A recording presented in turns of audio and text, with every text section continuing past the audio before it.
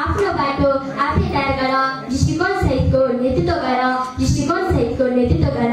धन्यवाद कार्यक्रम सञ्चालकज्यूलाई, यस सभामा उपस्थित सदस्यज्यू, प्रमुख अतिथिज्यू, विशिष्ट अतिथिज्यू, विभिन्न मनमा संस्कृतिका साथी राखी एउटा हातमा कलम र अर्को हातमा तराजु लिएर विराजमान रहनुभएका निष्पक्ष निर्णयज्यू, प्रतिस्पर्धाको महासागरमा आफूलाई अवस्थापित गरी विजयको माला परिरहने तत्काल मेरा प्रतिस्पर्धा मित्रहरू, उपस्थित महानुभावहरूमा म बागेश्वरी आदर्श विद्यालय कक्षा 8 मा दलित छात्रा ऋतु शिष्टको तर्फबाट स्वीकार्नुहोस् चिसो मौसममा न्यानो अभिवादन।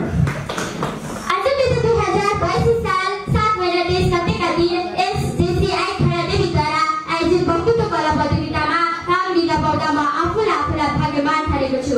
आज म दृष्टिकोण सहितको नेतृत्व गरेर कार्यमा प्रेरणादायक हुने विषयमा आफ्ना भनाइहरू राख्न प्रस्तुत गरेको छु। नेतृत्व एउटा यस्तो कला हो जसले व्यक्तिहरूलाई एउटै लक्ष्य प्राप्त गर्नका लागि एकताबद्ध गर्दछ। तर केही नेतृत्वकर्ताहरूले केवल निर्देशन दिने काम मात्र गर्दछन् भने कुनै यस्ता पनि छन् कि आफ्नो दृष्टिकोणलाई अरूलाई व्यक्त गर्दछ। यदि हामीले आफ्नो दृष्टिकोणले अरूलाई नेतृत्व गर्यो भने त्यो अन्धकारमा हिँड्ने जस्तो हुन्छ। त्यसैले नेतृत्वकर्ता बन्ने हो भने आफ्नो सोच र लक्ष्य ठ्याक्कै निर्धारण गर्नुपर्दछ। वास्तवमा नेतृत्व भनेको एउटा स्पष्ट दृष्टिकोण हो। एउटा स्पष्ट दृष्टिकोणले नेतृत्वकर्तालाई मात्र होइन, उनले नेतृत्व गरेको समूहलाई अगाडि बढाउनका लागि मद्दत गर्दछ। जब कुनै नेतृत्वकर्तासँग भविष्यको स्पष्ट खाका हुन्छ तब उनीहरूले आफ्नो अनुयायीहरूलाई त्यो दृष्टिकोण बुझाउन र त्यसलाई साकार गर्नका लागि उनीहरू गर्दछ। तपाईँ कल्पना गर्नुहोस्, एउटा जहाजको कप्तानलाई जसलाई जुन गन्तव्यमा पुग्नु हो भने थाहा छैन कि त्यो जहाजले आफ्नो गन्तव्यमा पुग्न सक्छ, पक्कै सकिँदैन। त्यसैले दृष्टिकोणदेखि नेतृत्व समूहलाई अलग पर्छ। तर केवल दृष्टिकोणले मात्र सफलता प्राप्त हुँदैन, शारीरिक प्रेरणा पनि आवश्यक छ। प्रेरणा एउटा यस्तो ऊर्जा हो जसले हामीलाई विभिन्न कठिनाइमा पनि अघि बढ्नका लागि मद्दत गर्दछ। प्रेरणा बिना कुनै काम लामो समयसम्म गर्न सकिँदैन। दृष्टिकोणले ऊर्जा उत्साह छोड्छ। जब कुनै मानिसहरूले आफ्नो काम पूर्ण उद्देश्य बुझ्छ तब उनीहरूले त्यो काम गर्नका लागि प्रेरणा जागृत हुन्छ।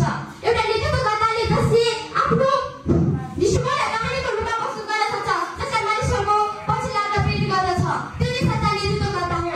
महात्मा गान्धीको स्वतन्त्र भारतको दृष्टिकोणले लाखौँलाई एकजुट बनाएको थियो। मार्टिन लुथर किङ जुनियरले सभ्यताको दृष्टिकोणले ठुलो सामाजिक परिवर्तन ल्याएको थियो। यस्ता नेताहरू केवल बोलेर मात्र होइन, आफ्नो कार्यहरू र अटल विश्वासको मानिसहरूलाई अघि बढ्नका लागि मद्दत गर्दछ।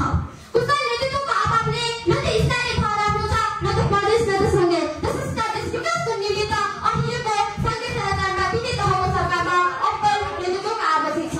यस्ता दृष्टिकोण सहितको नेतृत्वको अभावले आज विभिन्न देशहरूमा सङ्कट आइपरेको देखिन्छ। एक कुशल नेतृत्वकर्ताले आफ्नो दृष्टिकोणलाई कार्यान्वयन गर्नका लागि स्पष्ट रणनीति बनाउँछ।